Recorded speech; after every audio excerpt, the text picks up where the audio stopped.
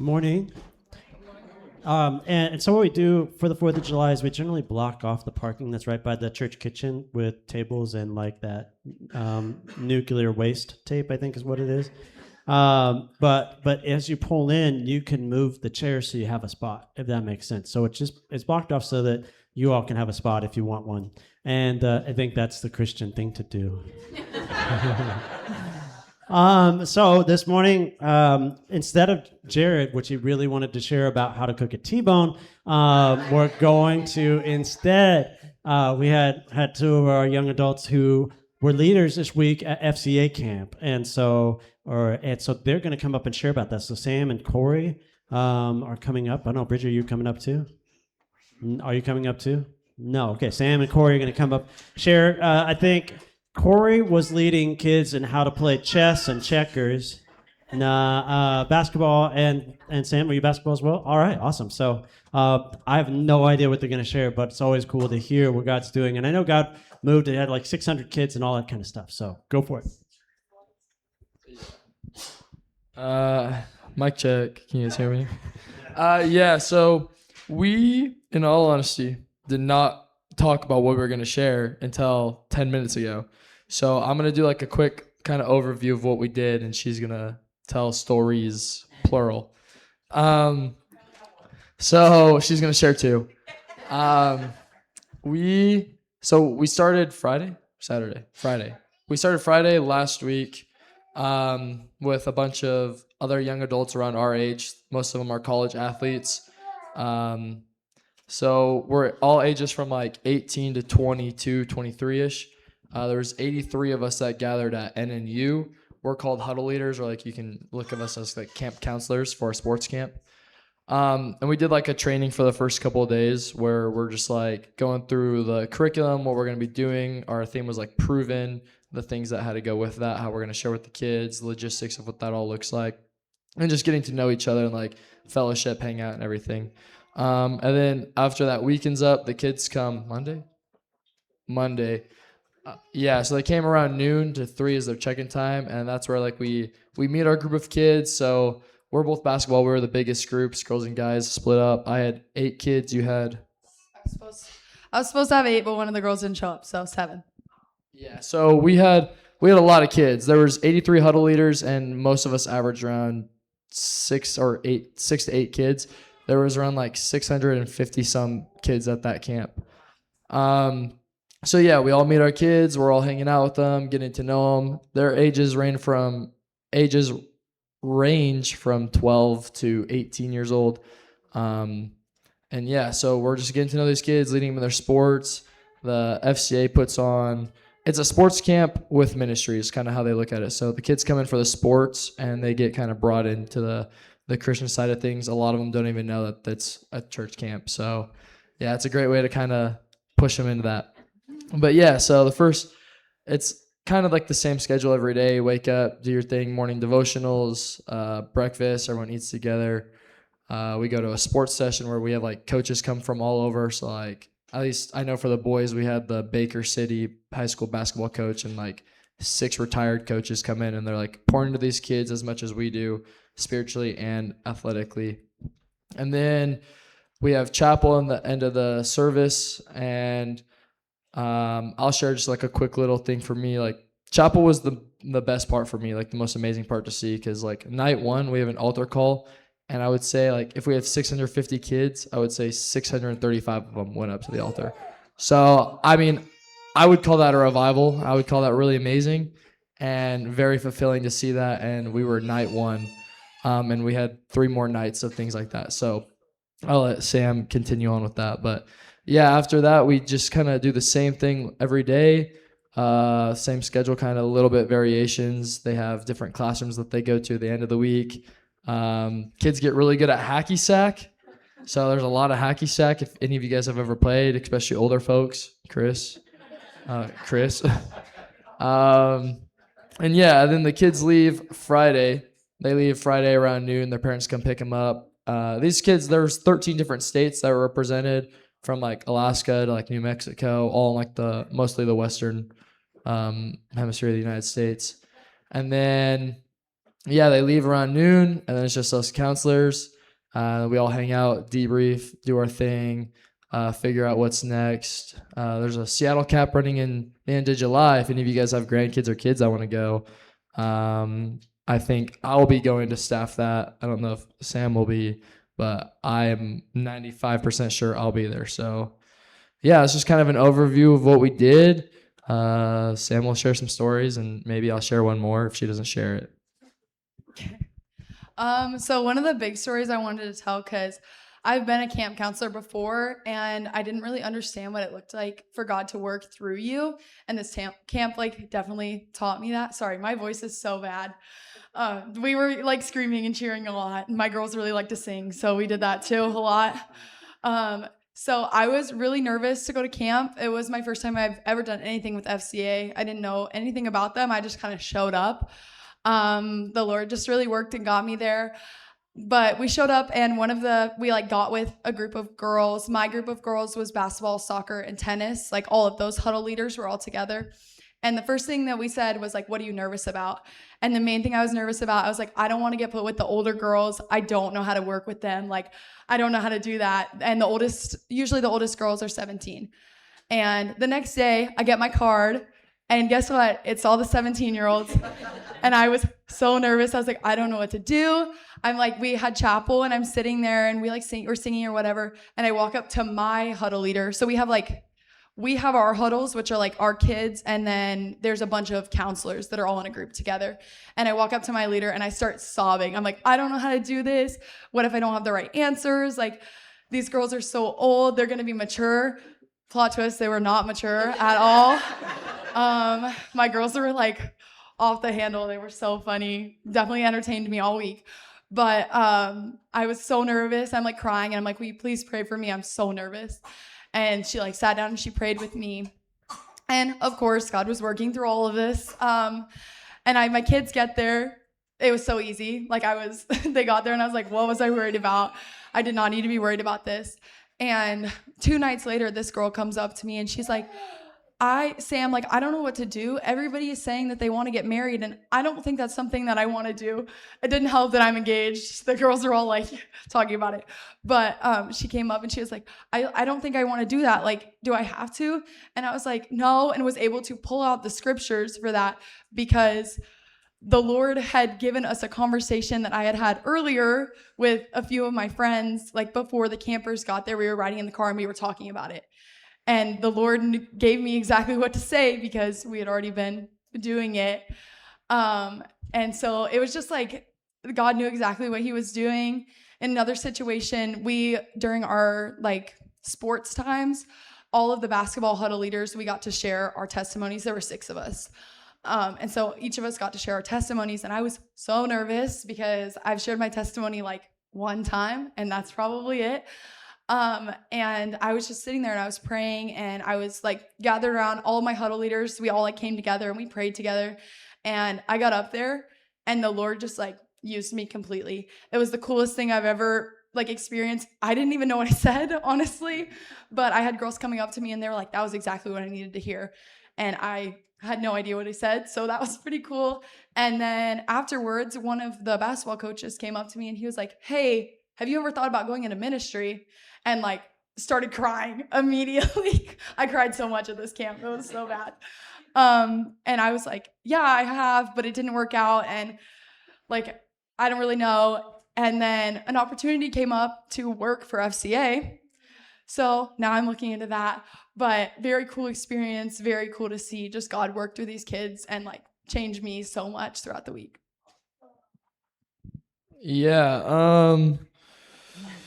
Sorry, guys, the most sleep I had the whole week was like 4.5 hours, and I did not help myself last night either.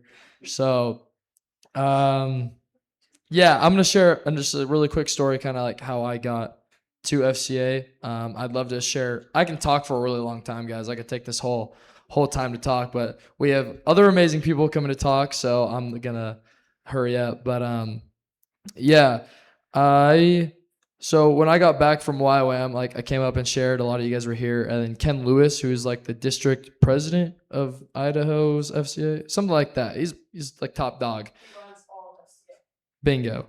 He came up to me after I shared and like just asked me to come. He's like, "Hey, we really would love to have you here. We kind of like we need more help. If there's any possible way, come." And I kind of was like, I was very iffy on it because like sports have kind of not gone my way for ever. And I'm like, anytime I choose sports related anything, I typically get hurt. So I was kind of like, just done with it. I was like, yeah, I'd love to come, but like, it's a whole sports camp. I don't want to like kind of fall back into that kind of blah blah blah thing. So I like prayed about it a little bit, but didn't like put much thought into it. And then I think like I kind of made up my mind that I wasn't gonna go because I was like, that's kind of like a week long commitment. I've got work. I can't really just take that off. And I was feeling like really heavy in like March, kind of like figuring out what I'm gonna do. More of that to come, and whole nother side of that. Some of you guys know. But I was like praying and like just really felt God say like, I want you to go do this. I want you to go serve these kids. And I was like, no, you don't. I'm like, no, you don't.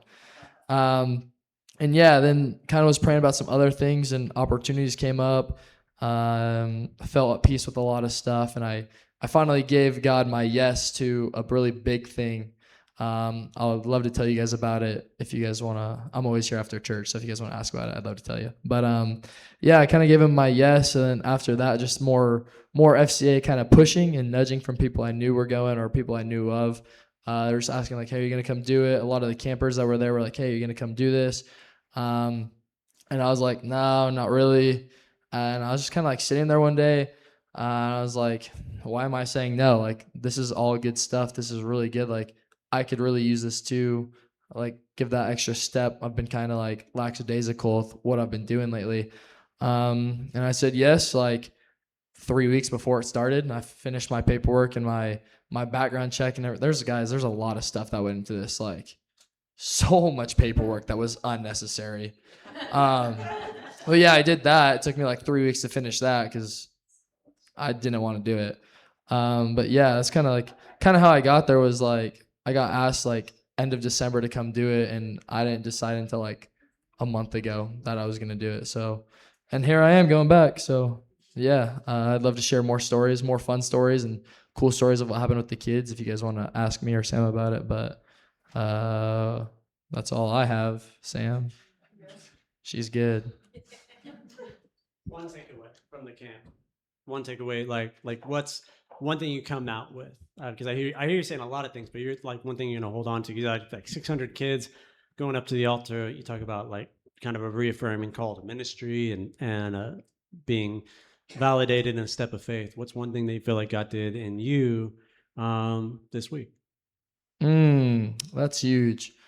I would say I think one thing he did on me was like I think the first night seeing those kids go up, like I had a group of kids, like I had 8 14-year-olds who were not interested in the Christ part of it. They're solely there for the sports part. So I was like, this is gonna be like rough trying to pour into them, and I'm not even a college athlete. But I think it was huge, kind of like when Danny came back and shared about Japan and everything. Like I was a part of a Japan team before Danny, and I saw a lot, but I also saw nothing. I didn't get to witness anything like with my eyes like they did. I didn't get to see people saved. I didn't get to see people healed. I don't know what Christ was doing outside of me, but like as far as what I saw, I didn't see anything. That was really hard. And when Danny came back and shared, it was very encouraging to like know that I was a part of that, and the people that they were with, that we also talked with them and kind of planted and put into that seed. But it was very encouraging to be able to see something. Like I was really iffy about going to FCA because I was like, I didn't feel very successful in ministry. Like I'm like, Lord's really calling me and giving me a lot of opportunities to do it, but I haven't seen anything as far as like my eyes. Like I don't know what's happening outside of it, but like I wasn't able to witness any of it, and I was feeling very, very discouraged on that side of things. And just seeing night one, like 600 some kids go up to the altar, including all 8 of my 14-year-olds, like he worked in my heart because I was like, dude, I've been here for 1 day with these kids and four days with these huddle leaders. I'm like, I've never met any of these kids except like 4 of them, and I get to see all of this. I was like, so that was one way he worked in me. It was like staying faithful. I'm not chasing to see things, but he's very encouraging to see things when you think you won't see them. So that was one way he worked in me, if that made sense to y'all. I hope so. My thing was probably God's plan is better. I know that, but it's just so hard to see. I was actually supposed to go to a different camp before FCA. I reached out to my church in Moscow, and they needed camp counselors, and it didn't work out. They didn't actually need me anymore. And then Ken came here, and he talked to my mom, and my mom was like, "My daughter would love to do this." And didn't even tell me about it until later. I was like, okay, sure, I'll do it. And I actually almost didn't go to camp. I was talking to them on the phone, and they were like, "We don't know if you can do basketball. Like, we might have to have you do a different sport." And I was like, "I don't know anything about the other sports. Like, I don't know how to do that. Please don't make me do that." And I almost backed out. And my dad, I did archery in middle school. Yeah, they were trying to put me with the archery kids, and I haven't done archery in like 8 years. And my dad actually talked to me, and he was like, "What if this is where you're supposed to be?" And if I hadn't gone to FCA, I think I would have still been stuck. And it's just a reminder that God's plan is so much better. You might not understand where you're going, but He's got it, and He knows what He's doing. So say yes to things that you might not want to do, because He knows what He's doing with it. Amen. Amen. Thank you. All right, thank you, Sam and Corey. Awesome. Well, we are super excited to be back with you guys as our home church. We've been gone, as it's been said, and hopefully you noticed. But we were gone in Thailand and Japan. We spent a month in each country leading a missions and evangelism focused outreach. So I know you heard a little bit from Danny, so hopefully you kind of understand the flow of our school and how it works, but I'll just give a super fast overview. We invite students to come and be trained by us on topics like how to share your faith, how to disciple someone else, how to start new ministries. So we do that for 12 weeks, and then for 10 weeks, we will go and take them on an outreach where we put into practice everything that we've learned. So our first month was in Thailand. Really cool. Sometimes we do this, but for this trip we keep track of our numbers. So every single time we share the gospel, we keep track of it, and it gets sent to a master list. So during our time in Thailand, we shared the gospel just over 200 times. With that, it also is giving us the opportunity to be diligent in following up. Many people that we talk and share with, it's the first time they've ever heard the name of Jesus. They have no context in understanding what it means to have a relationship with God. They serve and pray to a silent being that will never speak to them ever. So when we talk about relationship and hearing from our God, that requires more than one 5-minute gospel message. So we do a lot of follow-ups, meeting people in markets and in malls, and just sharing the love of Jesus. Do you want to add anything to Thailand? Okay. All right. I'm gonna keep. It was hot. It was really hot. We work with great local hosts. Thankfully, they had AC in our rooms. Everywhere else was blistering hot. But we like that. We choose to do that. So for the second month of our outreach, we went to Japan. This was my second time there. It was all of our second time. Oh yeah. Oh yeah. Anelli was in the belly, so it was second time for everyone. And man, it was amazing. We knew coming into Japan that the ground is hard. If we thought Thailand was going to be hard, Japan is much harder. Their context for religion is very low. They would have what I call a cultural religion. It's something that's been passed on from generation to generation as culture and just things they do. So the idea of actually being devoted or having a heart religion, again, requires many, many follow-ups and sharing of understanding. So one of our favorite things to do in Japan, ministry-wise, was free hugs.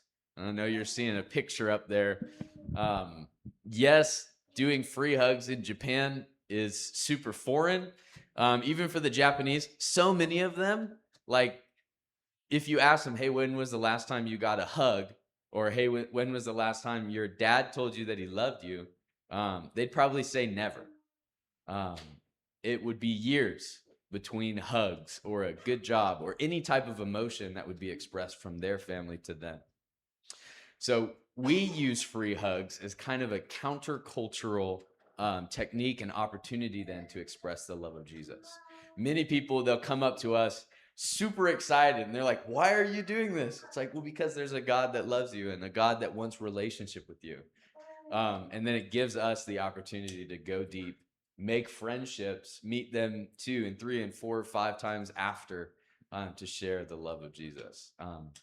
Hannah has amazing stories from free hugs, so I'm going to let her share. Yeah, you get a hold of her. Okay. Yeah, Free Hugs is definitely an amazing ministry in Japan. We had over 6 salvations just from holding our arms out in the streets with signs that say free hugs. Because people are so searching for something, and a lot of people in Japan struggle with depression, but it's very anti-culture to talk about. It's very like not okay to be depressed. Like if you told your parents, they would be like, well, too bad. Snap out of it. And yeah, so one day I was standing out and doing free hugs. It was me and one other girl. So if you guys didn't hear this, I fell down the stairs and I had like stitches in my knee. So I had like 6 stitches and I'm standing there kind of gimpy and I'm like, I'm tired. It's been a long day. I had to walk a mile to get here without bending my knee. This is going to be a long time. So I'm holding my arms out and I'm like, maybe I'm the one who needs a hug. And I have my arms out and this girl looks directly at me and makes the most aggressive eye contact. And I just see her eyes like fill with tears. And she comes over and just hugs me, but she's like melting into me. So her head is just in my neck and she's sobbing and she's like, I haven't had a hug in so long. And in between tears, she's like, why? And I was like, because somebody loves you. Jesus loves you. And she's just weeping and crying. And that's so anti-cultural. And we're in a very public place. So she was extremely embarrassed. And like at the end, she squeezed me really tight and she said, I'm not going to forget this. And she said, I have to go. Goodbye. Because she couldn't stick around because she was too ashamed of crying publicly. So she ran and left. And I just think about that moment a lot. And I'm like, wow, imagine what that did for her after this. And there was 6 people who received Jesus through this. We would give the hugs and a lot of people would ask why. And so then we'd put our signs down and we'd explain like, this is because there's a creator in the universe. He loves you and he cares about you. Would you like to hear more? And then we go through the whole gospel. And that's how people can receive relationship with Jesus and we connect them with a local church. So there was 6 people, most of them very young college-aged boys who decided to receive Jesus. And it was very beautiful to see just an example of how hard relationships are in Japan. Isaac has a friend who he made with Danny. His name's Naoki. There's funny pictures of them together where they do fun things and eat a lot of good food together. But Naoki is 25, 26? 26. And he has never been told that he was loved by his parents. His parents have never said it to him his whole life. And at the end of the trip, like Isaac gave him a big hug and told him that he loved him. And that was so hard for Naoki to hear, but it's also like, how often is he going to think about like, someone does love me? And even though like my parents don't say it or don't show it through their actions, like I know I'm loved. It's very beautiful. In total, we had 10 salvations just in Japan, which is crazy. It was insane. Just to give an example, Japan is less than 1% Christian. So that many people in one place accepting Jesus is actually considered like a revival for them. So, and they have 32 million people living there and there's 10 people who accepted Jesus. That's a huge change for the country. And that may sound so small to us, but it's massive. One of the people who accepted Jesus was a little girl. Her name's Akira. When I fell down the stairs and was walking around like a gimp, I took Anelli to parks. And I would stand there with my bum leg and kind of just watch her crawl around. And this little 10-year-old girl came up to me and she was like, what's wrong with your leg? And I was like, oh, fell down the stairs. Yeah, and she was, She was trying to fly. yeah, that was the big joke. I was trying to fly and I fell down the stairs. But yeah, the little girl was like, okay, well, I'm gonna stay with you to help with your baby. So she stayed for like an hour, and eventually, like, I was able to just share the gospel with her through like 10 minutes, and she was so excited, and she was like, I've never heard of Jesus, but I've heard of someone good speaking to me, like, in moments. And I was talking to her more about that, and she would say, sometimes when I'm sad or lonely, like, I hear a happy voice who speaks to me, but I don't know who it is. So I was able to identify to her that that's Jesus, and he loves you and he cares about you. Got her a Bible, and I just prayed that hopefully she could share it with her mom, because I was not able to see her again. But it was so beautiful just to see how excited she was, and just the amazing movement of God through the whole trip. Yeah, another example would be of people not knowing Jesus is that one of our students met a 90-year-old man, and they met with him at least 5 times throughout the trip. And he had never heard the gospel before in his life. He never knew the name Jesus. And so he was definitely like unaware of anything besides Buddhism. And throughout the trip, one of the girls was able to share like about Jesus, and he even came to church, and he said he might visit again. He was like, I don't know about this Christianity thing, but I liked the music, so I might go back. So that was really cool and amazing, and we just got to see so much fruit and so much joy spread through just our willingness to serve and our willingness to just hold our hands out in the streets and ask for hugs. And yeah, God is so good, and he did amazing things in Japan and Thailand, and we want to thank you all for being a part of it. Thank you all for sending us. Thank you all for praying for us. Thank you all for praying for my leg. It's all better now. Yeah, we could not do this without you. And every part of like the fruit that we bring back, the stories that Danny shared about Paul getting baptized, or the stories that we get to share about seeing people accept Jesus, is all because of your help, and all because of just your support, and not just like through prayer and financial things, but also just having a church to back us. It's something that a lot of missionaries don't get. And so we are extremely grateful and thankful for you guys. Isaac, would you like to add anything else? I would. You're a trade. Good luck. Sorry, we're at the stage where she needs entertainment constantly. Yeah, so I just wanted to share some of like the big total numbers. So throughout the entire lecture phase and outreach phase, we shared the gospel over 700 times. We saw 15 people came to Jesus, crazy miracles, all of it we got to see. And I share that not like boasting in ourselves or that we really accomplished anything. All we claim is obedience. But I share that because I want to encourage you guys.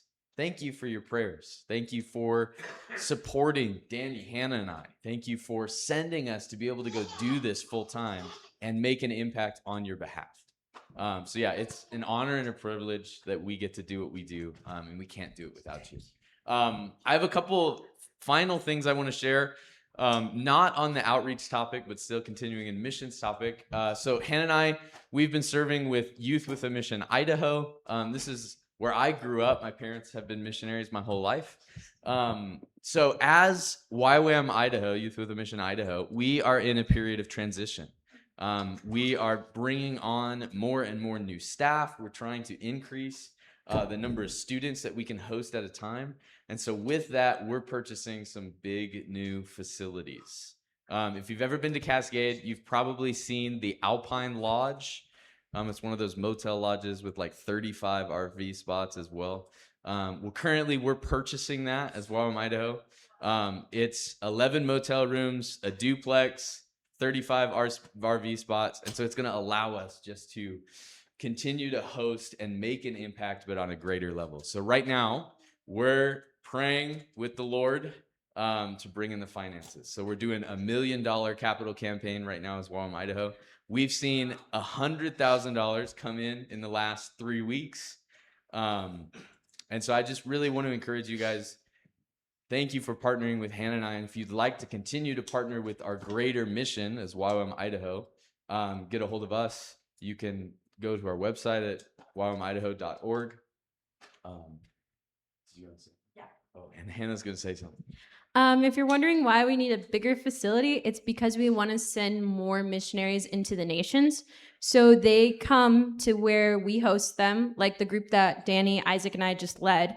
They come to a location in Cascade. We train them for 12 weeks at that location, and then we go out. Some of them will continue to go on into full-time missions. So Isaac and I have examples of where we've led students who are now in Lebanon, or some are in Japan currently, or even some in Thailand. The whole purpose in buying a bigger property isn't so that people stay in Cascade. It's so that we can train and send out. And I know that might sound silly, like, why do you need a bigger property to do this? But a bigger property involves bringing in more students and more people so that they can learn and understand that there are so many people in this world who don't know Jesus. And in order to see Jesus come back, we have to do something about it. And a big part of that is for us at YWAM Idaho purchasing this property. And if you have more questions about that, please feel free to ask either one of us, or you can email us. I have the church's email, and I'm also, able to receive phone calls too. And I'm the easier one to get a hold of because I'm taking care of the baby. So. So right now, currently, we're at between 16 and 20 staff. Those numbers are always changing. To give you an example, all 7 students that we had in the last school that Hannah and I led are all staff now. So we are continuing to grow. Like I said, we're in this process of rebuilding. We've ebbed and flowed over the years in our number, and right now we're on a huge climb. And we, I'll share that next time, actually. That's good. We'll talk about that next time. One other thing I wanted to mention is I'm sure you're familiar with Corey and you're familiar with Danny. They all started this, and Hannah and myself, we all started this journey of full-time missions with YWAM through a program called DTS, or Discipleship Training School. We are having our welcome dinner for a new discipleship training school tonight. So you can be praying for the 9 new students that are coming onto our campus. Hannah and I will be serving them in the kitchen and by fixing vehicles and mowing lawns.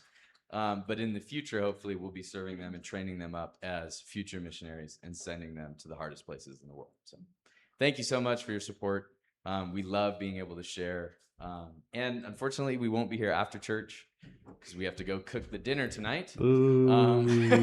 But if you want to get a hold of us, we have contact information out on the missions board and would love to hear from you. So thank you again. Thank you, guys. As they make their way out, I'm just going to give a moment. If anybody hasn't got a chance to give hugs and say hi, you can do so. You can just stand up and just move about just a little bit, and then they can go down the middle, and then free hugs. And then we'll try to transition here in a minute. So.